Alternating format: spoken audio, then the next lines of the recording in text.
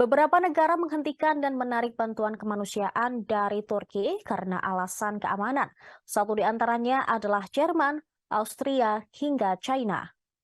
Mereka dilaporkan menarik bantuan kemanusiaan yang akan dikirimkan ke korban gempa Turki. Penarikan bantuan tersebut merupakan buntut dari adanya kekacauan yang tidak terkendali akibat bentrok antar kelompok di Turki. Aksi penjarahan yang melanda wilayah kota Hatay pasca puluhan toko ditinggal pemiliknya telah memicu konflik lantaran puluhan anggota kelompok tersebut secara membabi buta mulai melancarkan aksi pencurian bersenjata.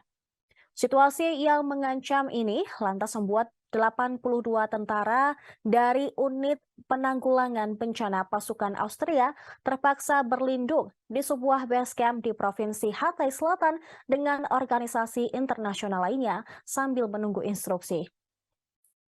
Meski situasi tersebut telah diamankan otoritas Turki, pasca kejadian tersebut Austria,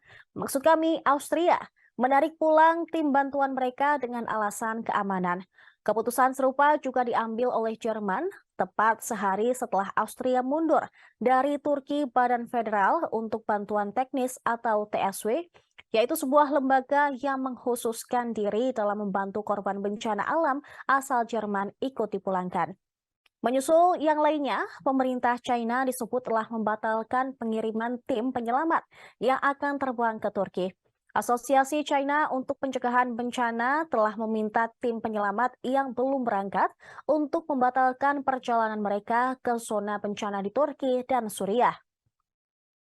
Penarikan dilakukan lantaran mereka tidak mau menambah beban negara yang sedang dilanda bencana alam tersebut. Terlebih jumlah korban jiwa semakin hari kian membludak. Hal ini membuat China pesimistis dengan adanya kemungkinan korban selamat yang terperangkap di cuaca dingin tersebut.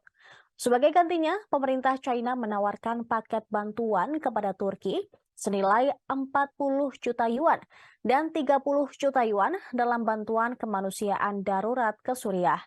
Kelompok pencarian dan penyelamatan Israel, United Hatzalah, juga meninggalkan Turki setelah 6 hari karena ancaman keamanan yang signifikan.